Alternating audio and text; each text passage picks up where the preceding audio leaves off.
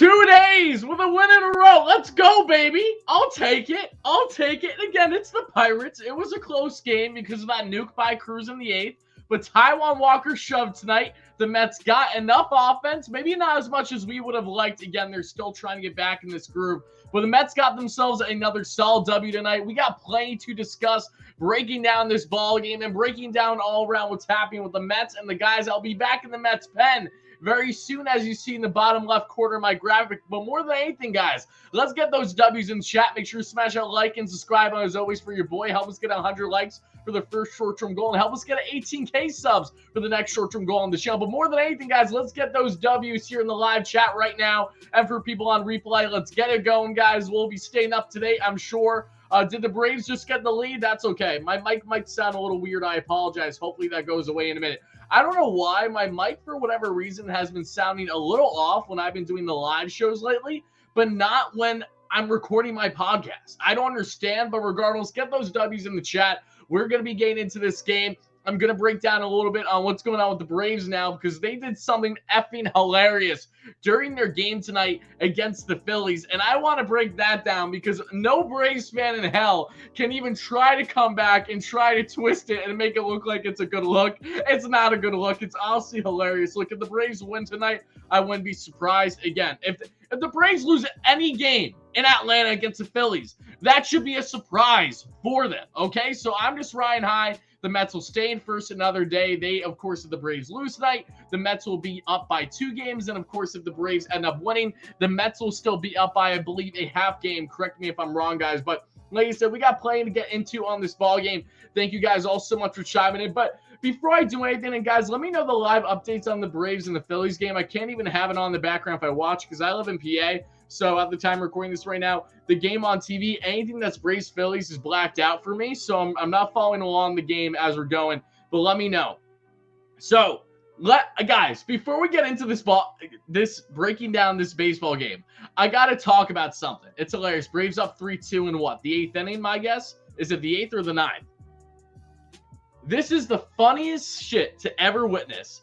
The Braves, who, let's not forget, you had Blaster Jacks, the creators of the Narco song themselves, along with Timmy Trumpet, come out on MLB Network a couple weeks ago when the Mets had Timmy due to Trumpet Live, and they said that no other player in baseball should use that song but Edwin Diaz. As we know, Contreras for the Braves has used it all year long because he's a schmuck. Again, get your schmuck shirts down below at shop.Bleav.com. Am I right? Make sure to check them out, guys, if you haven't already. More shirts coming out soon, and there is a Braves-centric shirt that I think you guys are going to like and get a laugh out of. But the Braves had the audacity today to have their own personal trumpet guy come out and play Narco by Blaster Jacks for William Contreras, which is the funniest shit ever, because I replied and I said, the Braves want to be the Mets so bad, it's actually pathetic. It's hilarious. And for all Braves fans, they went on, they're already, it's going to continue to blow up on Twitter. They're replying to me. They are saying, oh my goodness gracious, why would we want to be the Mets when you haven't won since 86 and, you always blow leads and things of that nature? I'm like, here's how stupid you schmucks sound. Everyone replying to me. It further proves my point. If the Braves are at this higher pedestal, regardless of this season, just overall, than the Mets, and the Mets are this quote-unquote poverty, right? Why would you copy the Mets? Why are you so desperate to copy the Mets? That is my reply. You got nothing. You have nothing that you can counter with because you're a bunch of dumbasses out there and everyone replying. This doesn't go for all Braves fans. There's a lot of awesome Braves fans. There's a lot of great fans for all baseball teams. But I just found that hilarious. Again, one, you have the group that the creators of the song themselves have openly come out and said Contreras shouldn't use the song. It should just be Diaz. No, the Braves reply by saying we're still going to do it. And we're even going to bring a trumpet guy in attendance because that is exactly how much we want to be the Mets this season. It isn't just petty. It's honestly pathetic. I mean, again, for all Braves fans trying to counter, my counter is this. If you're so great and we're poverty, why would you copy a poverty team then? Riddle me that, genius. Again, they got nothing. That was so hilarious to me. I mean, it takes the cake. That honestly made my night along with the Mets win. So, guys, we got plenty to break down on this Mets W night. Taiwan Walker's B, Mama Worm, how you doing? Thank you so much. Love you too. Sprite, great member. All my great members in the live show right now. And again, for people on replay, all my great viewers, appreciate it. Again, guys, in case you're just chiming in, this is what we're talking about one more time. The Braves thinking they're slick by having their own trumpet guy. It's almost like they can't have Timmy Trumpet because Timmy Trumpet won't do it for the Braves. The creators for the song won't do it for the Braves, so they got to get the schmuck off the street to do it. Absolutely hilarious. That's all I got. And the mods, obviously. But it's so stupid. It's just so stupid. You got nothing. You have nothing to try to counter. All right, guys. So the Mets came out tonight. Taiwan Walker looked really, really good. That home run he gave up in the 8th aside, he had a really nice start for the Mets. And that was good because the Pirates had an equally decent starter. Not as good as Ty tonight, but Mitch Keller, who's been pitching really well for the Pirates. Last time he faced the Mets, he shut them down over 6, and then he shut down the Cardinals over 7 in his last start. He's been looking really good.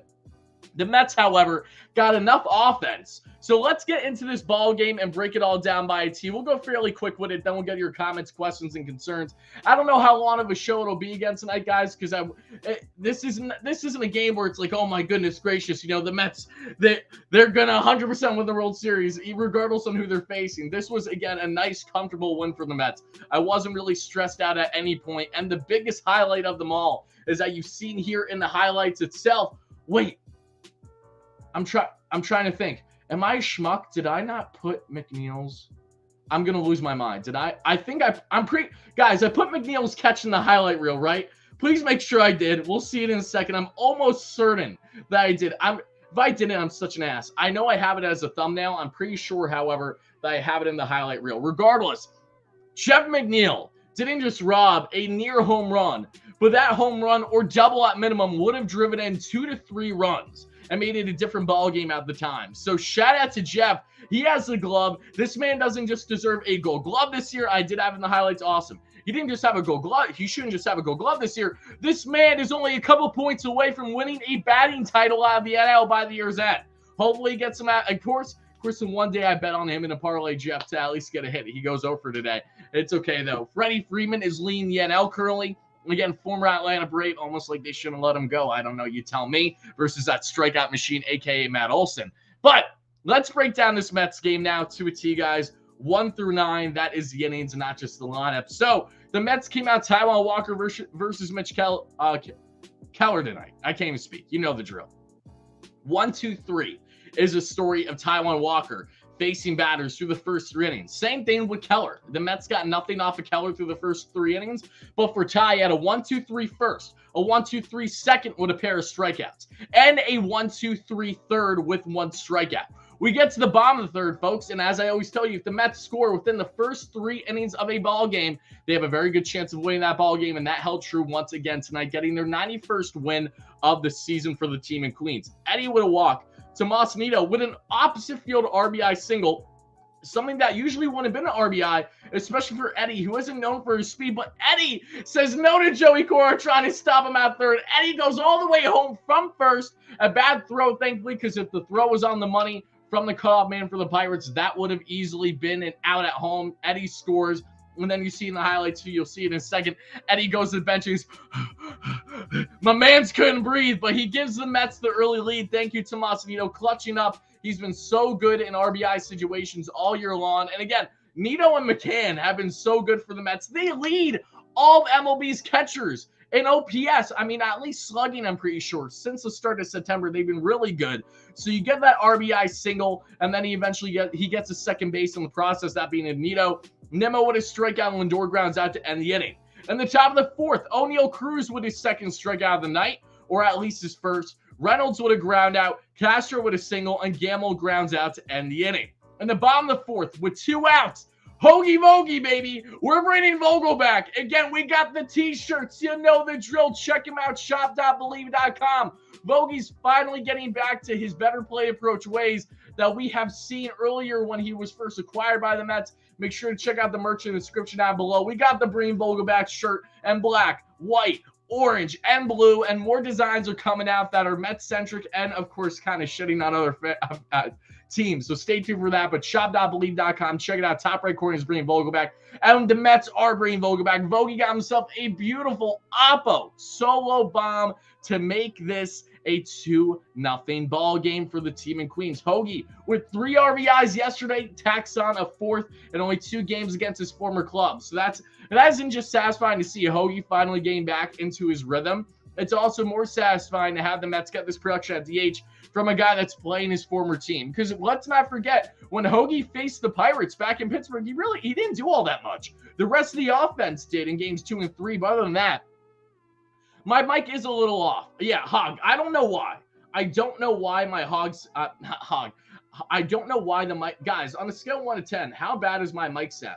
Does it sound okay? Again, I know it sounds a little off, and I still have to figure out why. I don't know why. It's weird. I really don't know why it's like that. Because it hasn't been doing that when I've been recording my podcast. It's only been doing that in the shows lately. I did see that there's one setting off. Okay, let's see. Again, give me your honest opinions because I want to know to make sure how I can fix things. It's like, it sucks, New Yorker. Thank you. Appreciate that. It's funny how this is the first time I've seen you in the live show. Well, wonder if it's going to be the last. Sounds okay? Okay. All right. Yeah, again, -67 Tampa John, another guy whose first time I'm seeing his name. It's cracking me up. 7, okay, whatever. All right, that's fine. Again, the mic will hopefully be better in shows going forward. I don't know why I've been having these slight issues. It is a tad off. It's been a tad off for like the past week. I don't know why, but I'm going to try to get down to it. We are going to get down to Braves up 4-2. It's okay. It's not like the Phillies can do anything right. Same way that the Phillies couldn't do anything right against the Mets. Wouldn't surprise me if they can't do anything right again. And the Phillies win any games against the Braves, this series or their next series against them in Philly at the end of next week, that's a dub for the Mets. I mean, I have little expectations there. I expect the Braves to get back on a roll, and if they don't, then that's a dub, and if not, that's fine. The Mets still control their own destiny up until they match up against the Braves, obviously, for their second and last series of the entirety of the year. So, guys, let's get back to what I was discussing now. In the top of the 5th, after the Mets have a 2-0 lead in this ball game, Hayes reaches on an error. Mitchell with a base knock. Chavis with an infield RBI single. Sawinski line out. Hyman line out. And McNeil, again, robs that crazy, what would have been a huge bomb for the Pirates to make it. They would have gave them the lead if it was a home run. They would have had the lead there because they scored 1 run already. That would have given them the lead, if I'm not mistaken, of what would it have been? Because I can't do math.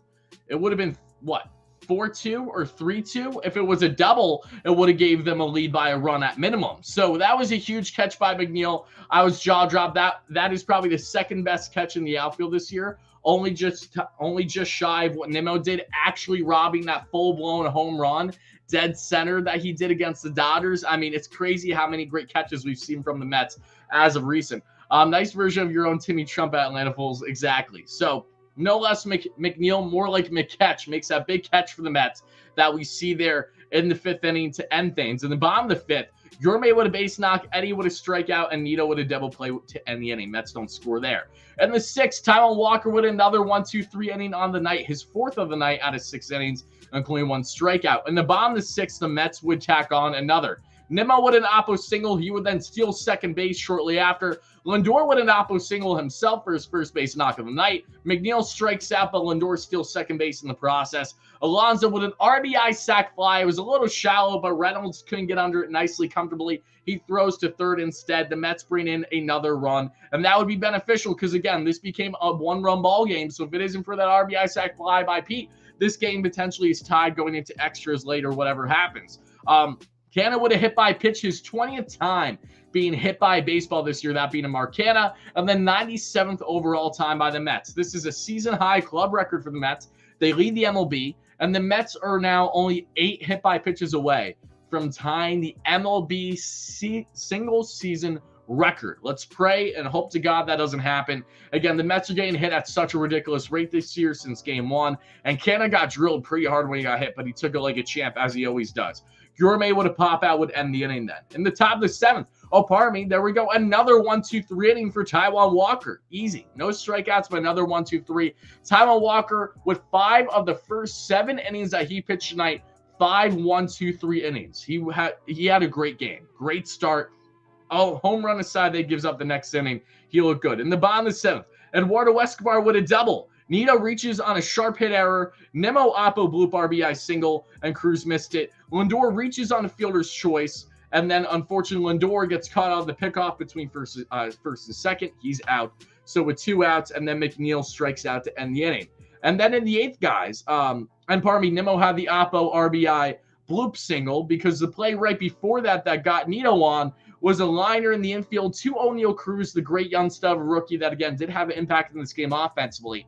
He is someone, however, that didn't handle the ball well, got Nito to first, and then he overran trying to go. Again, it was a tough play. It's not an easy thing to do for a bloop between himself and the corner outfielder for the Pirates. They couldn't get the ball. That led to the run when Nimmo had that Oppo RBI bloop single. So the Mets would tack on in this one, which would be important. They would need that run to actually stay in the lead in this ballgame, because as we got to the 8th, guys, Heineman with the single, and then Oneil Cruz. I mean, you heard the crack off the bat. This guy, when he puts it all together, Oneil Cruz, he is going to, in my opinion, be one of the best baseball players in the league. That's how much raw talent he has, not just from a defensive standpoint, even though he had hiccups tonight, but offensively, I mean, he's already broken like every StatCast era record known to man, both offensively and defensively, when the guy hasn't even played a full season. He's literally a guy that you would make and create a player for like MLB The Show.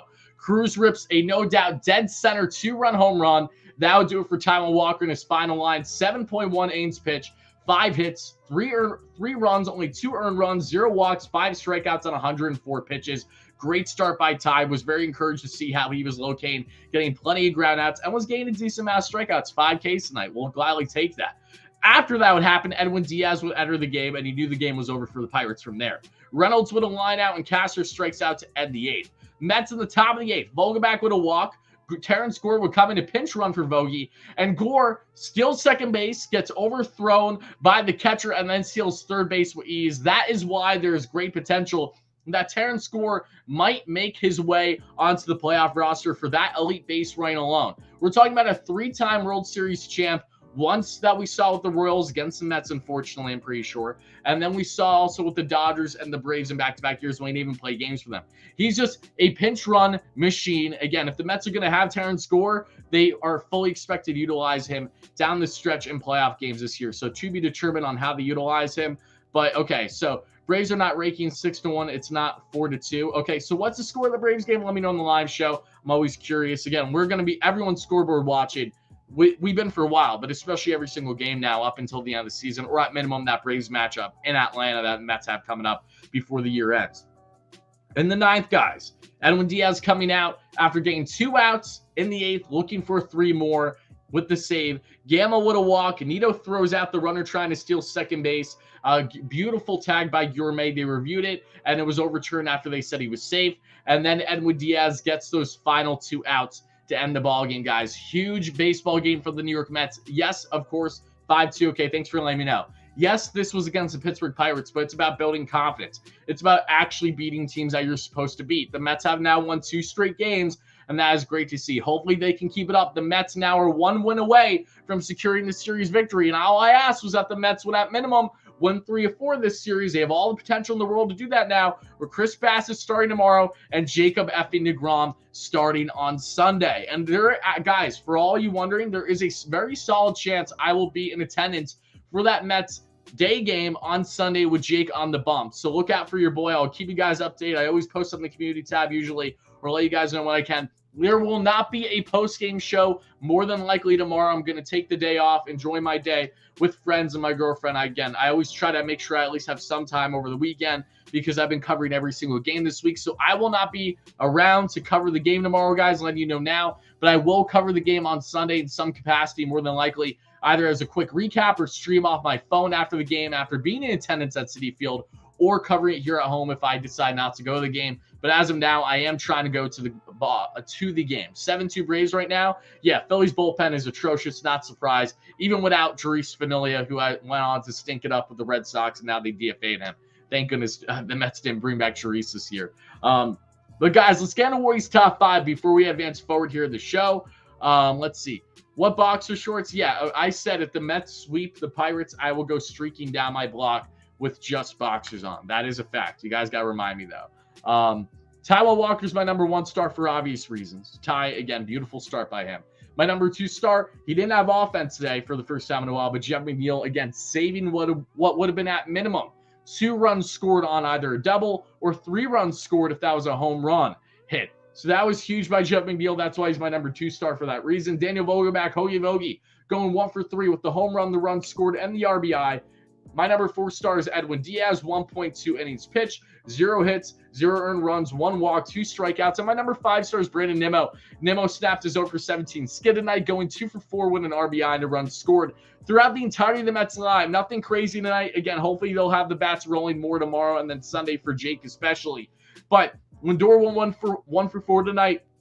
McNeil 0 for 4. Alonso 0 for 3, but did have the RBI sac fly. Mark Canha 0 for 3. Luis Gourmet 1 for 4. Eduardo Escobar 1 for 2 with 2 runs scored and a double. And Eddie just missed my top 5. You could rightfully argue him in the top 5 as well because, again, he won 1 for 2 with 2 runs scored tonight. I probably should have had him in the top 5. That's on me. And I've been a huge supporter of Eddie as of late with the great way that he's been playing, thankfully. And he had himself a walk, too. And Tomas Nido 1 for 3 with the RBI.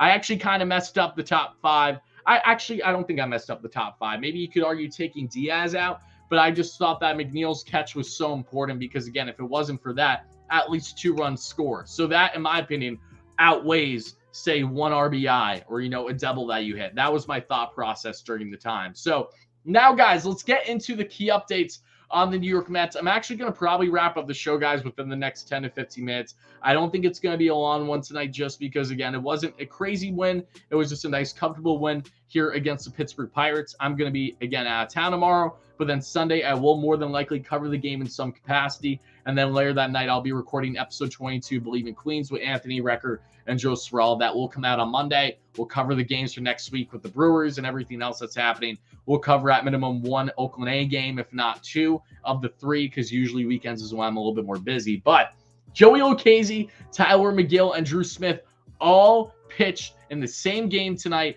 for the Syracuse Mets. And the Syracuse Mets got a great game offensively from Francisco Alvarez. They got a great game from Dom Smith, Daniel Palco, a lot of great things offensively. But pitching-wise, Joey Lucchesi, his first outing moving up now to AAA Syracuse before he returns to the pen before the end of the season.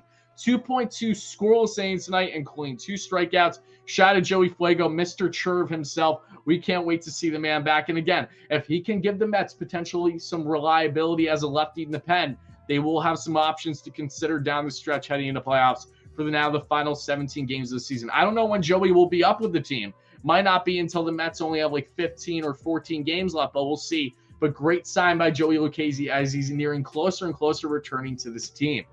Tyler McGill, another outing where he did give up an earned run, but McGill is expected to return to the Mets by this weekend, hopefully. We'll see what happens. 1 inning pitch, 1 earned run, 1 strikeout. Again, he retired 12 straight batters that he faced in AA and AAA up until his last outing where he gave up 5 runs because he was the starter of the game to only pitch like 1 inning, so it was like a spot starter as a reliever, but the game was delayed by an hour, and that definitely had an impact, in my opinion, on McGill to a degree. Again, having to get warmed up, cool down, and then warm up again when he wasn't even starting the game. He was just a reliever in that starter role for them. And Drew Smith, Drew Flo with another scoreless inning, has yet to give up an earned run so far here that we've seen on his rehab stint. 1 inning pitch, 0 earned runs, 1 strikeout. So reinforcements are surely coming for the Mets and their bullpen, and that's huge for this team that, again, while the bullpen hasn't been their demise as of late, you can always use more arms. So as long as the Mets get those arms, they're going to have more options than they've had probably all year now with all these guys healthy and all at once. So it's going to be interesting to see what Buck Showalter does. But I did want to mention as well, before we talk a little bit further about the show, guys, and if I cut things off for people on a replay or not, or if I just cut it off as a whole, and continue smashing that like and subscribe on, greatly appreciate. If we can get to a couple hundred likes by the end of the show, live or on replay, greatly appreciate. Thank you so much, guys. But what I did want to mention to everybody is that there was a phenomenal article that came out today. Sandy Alderson had his presser also, to cut myself off real quick, about, not going to be team president once they get a new guy in the role. So make sure to check that out through SNY if you haven't already. He explained everything that I expected for the most part and just said that, his role was limited and he had saying things, but nothing like drastic or anything of that nature. And now that'll even be lesser with him, again, being an advisor eventually and wanting to actually relax and have time off because he said he hasn't had a vacation summer vacation 40 years. So we all know Sandy and how long he's been in the game, so that makes further sense. But there was a great article that came out today through Sports Illustrated. I'm sure some of you guys saw that. Please check it out. It's on how the Mets are really changing the ways of the LOL Mets narrative. Check it out. Came out earlier today, and it was a phenomenal, and it broke down everything that Steve Cohen has done and this front office this past year plus, but Buck Showalter and his impact. Everything that they're doing behind scenes that's off camera. The type of talk that Buck Showalter is giving the teams before games. The type of equipment that the Mets have brought in that they haven't had in recent time. The Mets have spent so much more money on that. They've spent so much more money in the analytics that we know, but it was great to hear how Jeremy Hefner has to go from scrambling to find information before a game to now just asking one of the 20 plus analysts, I can't even speak right now, analytics people that the Mets have to give him the right information or to search for certain stuff. But Steve Cohen has also doubled everyone's salary, and some people even got 100% full, a full double salary, 50%, 30%. I mean, the entire Mets organization has drastically changed. Francisco Lindor said himself that this Mets organization was dysfunctional and it wasn't properly ran his first year here, when again the Mets still had dysfunction going on last year between the two GM situation in the offseason and then everything else that unraveled during the year. So it's a phenomenal article. Make sure you guys check it out. Highly recommend. Can't say enough good things about it. But guys, and yeah, Harrison, I'm sorry, we're not going to do callers tonight. I keep pushing it off, and I apologize. I want to do callers tonight, just isn't the night for it. I would have liked it to be, but just given what I'm currently dealing with now and this game in particular, I would much rather we try to do it. Hopefully, if the Mets get themselves a big win or a nice, comfortable win against the Brewers. Because let me just double check the Mets schedule real quick, and then we're going to wrap up the show soon after. Again, not a long show tonight, folks. Thank you all so much for the kind words. I appreciate you all and any of the donations if we got any. Yeah, the Mets have the Milwaukee Monday, Tuesday, Wednesday. That's going to be a big series for them against a Milwaukee Brewers team that's trying to stay alive in the playoff race. And then they're in Oakland Friday, Saturday, Sunday, and then eventually 2 games in Miami, Atlanta, Washington. Got it. Okay. I know the Mets did lose John Stearns. I'm glad he brought that up. Frank, I had intent of discussing it earlier in the show. John Stearns, for those that don't know, 4-time All-Star, former catcher for the New York Mets. He was my dad's favorite player growing up. And I remember my dad telling me, he was blown away by, unfortunately, how bad John looked when he was with the Mets for Old Timers Day, to which we found out that he was battling cancer and still attended Old Timers Day, which was so great to see. I mean, I'm just so happy that John Stearns got to be a part of the New Wave Mets, be around a sold-out crowd, and everything that Old Timers Day had to offer. I'm sure that was great for him because, again, he passed not long after. He literally passed over the past 24 hours. John Stearns passed away, unfortunately, at the age of 71 after battling cancer. Again, my thoughts and prayers are with him and his family during this unfortunate time, to say the least, troubling time, heartbreaking time. But again, John was literally my father's favorite player growing up. So when I saw that, when I learned more about him, because I did not have a great background of John Stearns prior to Old Timers Day, my father put me on to him, and I was like, wow, okay, I see. And I was like, yeah, I wonder why he does kind of look the way he does for his age. But then we found out about his illness. It all added up. And again, really, really unfortunate to hear about Stearns passing, but I know that he's looking down now. So everyone, yeah, let's get some rips in the live chat. That's always a positive thing. Rest in peace, John Stearns. Phenomenal Met, phenomenal player overall. And again, gone too soon. At 71, you still gone too soon. You literally hate to see it. I'm not even saying that as a joke, because I know I say you hate to see it as if I'm being sarcastic. I don't mean that here. Let's see. So yeah, Braves are destined to win their ball game. I'm not surprised. I expected the Braves to win tonight. Ranger Suarez had a good start, but again, when the Phillies bullpen is as up and down as it can be, that's been in large parts this year, to say I'm surprised would be the farthest thing from it, guys. So the Mets end up winning this ball game by a final of 4-3. My biggest takeaway is, again, just keep winning, baby. Just win, baby, as I should say, doing my best Joe Namath impression for the Jets. I don't know why. That took me so long to think about. But it's important now for the Mets to secure the series victory tomorrow. And then you're telling me you have an opportunity to get a series sweep then on Sunday in that best case scenario with Jacob deGrom on the mound against the Pirates? Yeah, I like those chances. I really do. Mets control their destiny. I'm so happy to not be seen here and having to rant my ass off like I did a couple days ago for multiple days in a row. So this was a nice, comfortable win. Nothing crazy, just a nice night to be a Mets fan. Again, as it always feels on a nice Friday night. I love the black jerseys. I should have worn my jersey for this post game too. I just got sidetracked, and I was dealing with Braves fans trying to act like they had something when I was calling them out on their BS with saying, okay, again, for the final time, if the Braves are this great thing and the Mets are poverty, then why are you copying a poverty franchise? And to which no one can answer. They have nothing. They literally have nothing. Because again, you're a bunch of schmucks out there that think that you were slick and that it was cool to do the trumpet. I mean, it's cute. It's adorable. It just shows you what the Braves have been all year long. Second place.